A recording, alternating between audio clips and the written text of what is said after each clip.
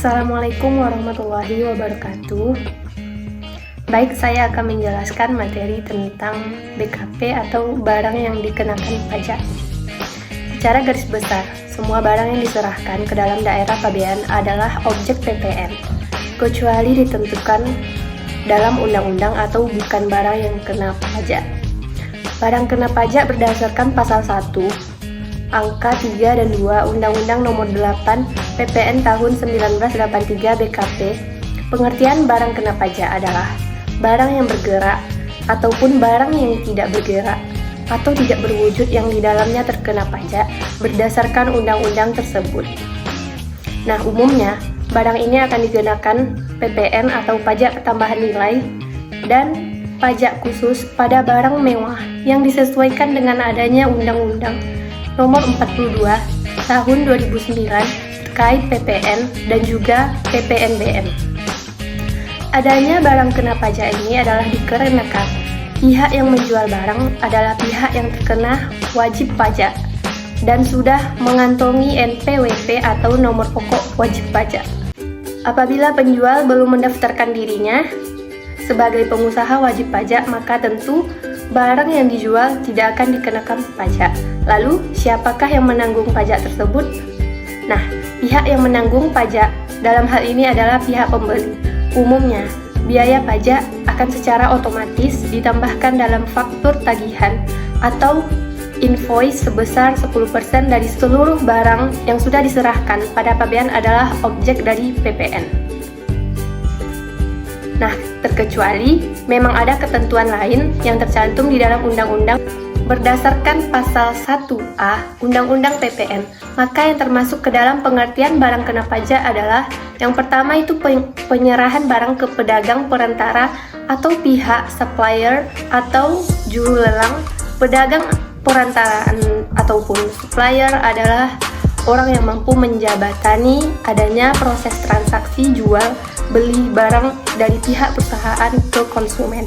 Jadi, dalam hal ini perusahaan tidak akan langsung menjual produknya kepada konsumen, tetapi perusahaan menggunakan perantara tersebut.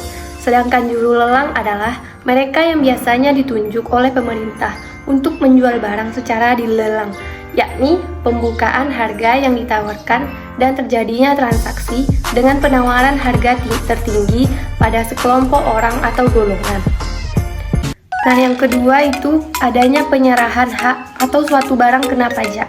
Penyerahan barang atas perjanjian yang dimaksud adalah seperti proses transaksi jual beli, baik itu secara tunai ataupun angsuran. Kegiatan tukar menukar antara barang ataupun retur pembelian ataupun perjanjian lain yang di dalamnya melibatkan penyerahan suatu barang kena pajak. Umumnya, perjanjian ini harus mendapatkan suatu persetujuan antar pihak yang mempunyai barang dan juga yang menerima barang. Yang ketiga itu penyerahan barang kena pajak secara konsinyasi.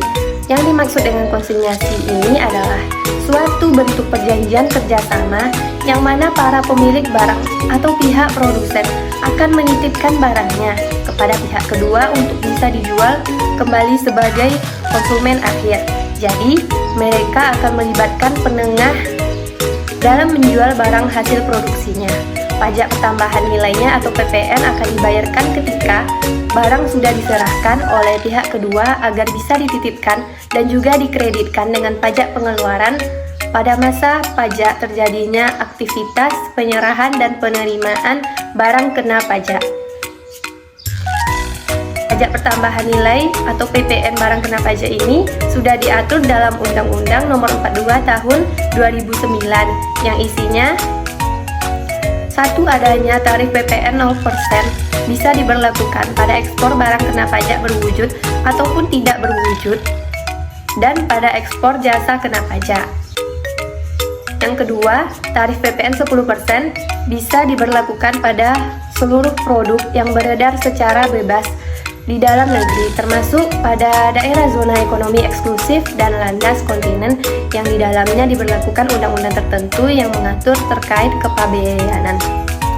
Dan yang ketiga itu paling rendah, PPN yang ditetapkan pada PPN barang mewah adalah 10% dan paling besar adalah 200%. Dan yang keempat itu pada produk, barang, dan jasa yang terkena PPN 10%.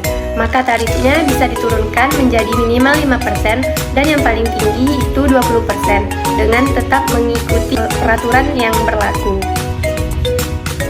Oke, selanjutnya kita masuk ke contoh dari BKP ini.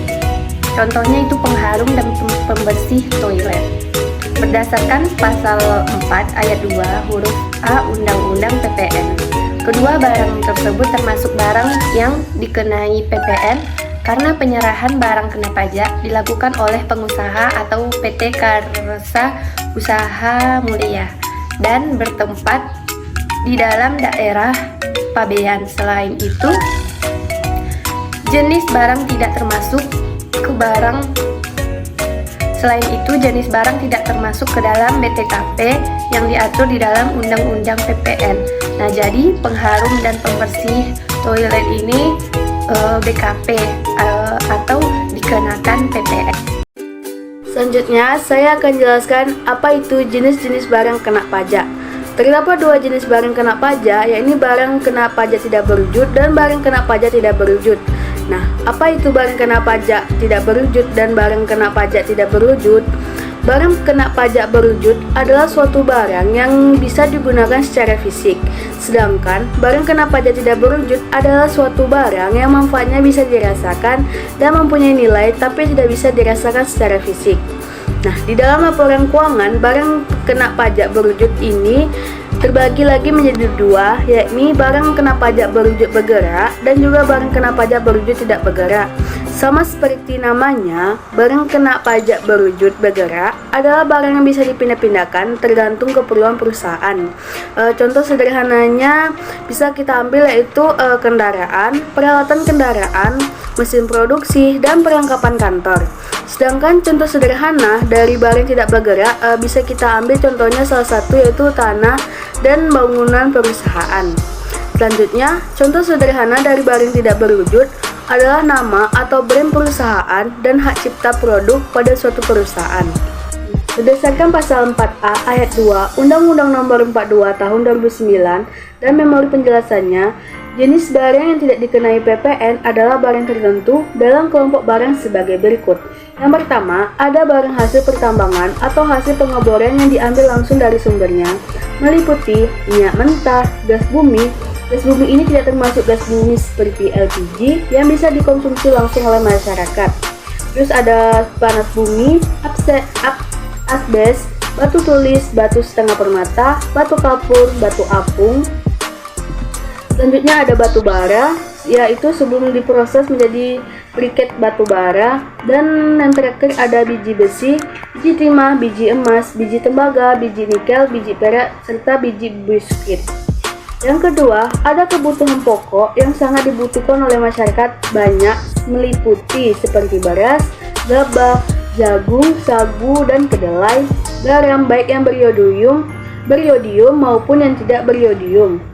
Ya, selanjutnya ada daging, yaitu daging segar yang tanpa diolah tetapi telah melalui proses disembelih, dikuliti, dipotong, didinginkan, dibekukan, dikemas ataupun tidak dikemas, digarami, dikapur, diasamkan, diawetkan dengan cara lain dan atau direbus. Selanjutnya ada telur, yaitu telur yang tidak diolah, termasuk telur yang dibersihkan, diasinkan ataupun dikemas. Selanjutnya ada susu, yaitu susu di sini yaitu susu perah baik yang telah melalui proses didinginkan maupun dipanaskan, tidak mengandung tambahan gula ataupun bahan lainnya, dan atau dikemas atau tidak dikemas.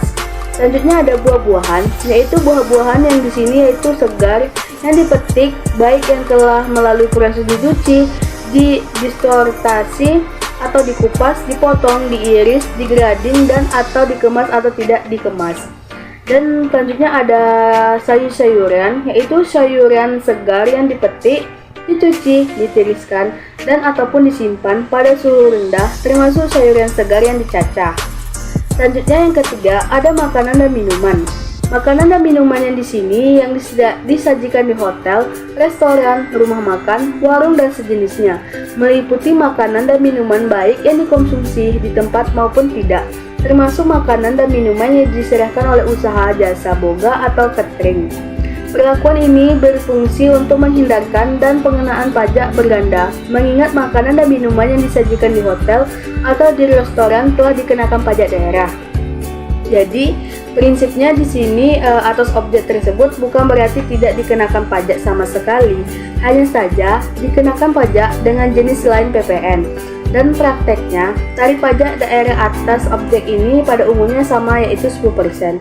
Prinsip yang sama juga ditemui pada perlakuan jasa hiburan yang didefinisikan bukan sebagai jasa kena pajak sehingga tidak terutang PPN karena telah dikenakan pajak daerah. Yang terakhir yang keempat ada uang, emas batangan, dan surat berharga karena barang tersebut bisa dijadikan sebagai pengganti uang yang sah dan memiliki nilai intrinsik. Selanjutnya, barang kena pajak yang bebas PPN merujuk pada Peraturan Pemerintah Nomor 31 Tahun 2007 tentang impor dan penyerahan barang kena pajak yang sifatnya lebih strategis dan bisa dibebaskan dari pengenaan PPN adalah yang pertama, mesin dan alat pabrik yang terpasang ataupun terurai tanpa mencakup suku cadang di dalamnya. Yang kedua, ada bahan baku atau makanan untuk unggas, ikan, dan makanan ternak. Yang ketiga, ada barang hasil tani, kebun, ternak, dan hasil perhutanan. Yang keempat, ada bibit ataupun benih dari setiap produk dari hasil perkebunan, pertanian, peternakan, kehutanan, perikanan, atau penangkaran. Yang kelima, ada bahan baku perak dalam bentuk butir atau dalam bentuk batangan. Yang keenam, ada bahan baku pembuatan uang kertas serta uang logam. Yang ketujuh, ada air bersih yang disalurkan dengan menggunakan pipa oleh pihak PT Perusahaan Air Minum.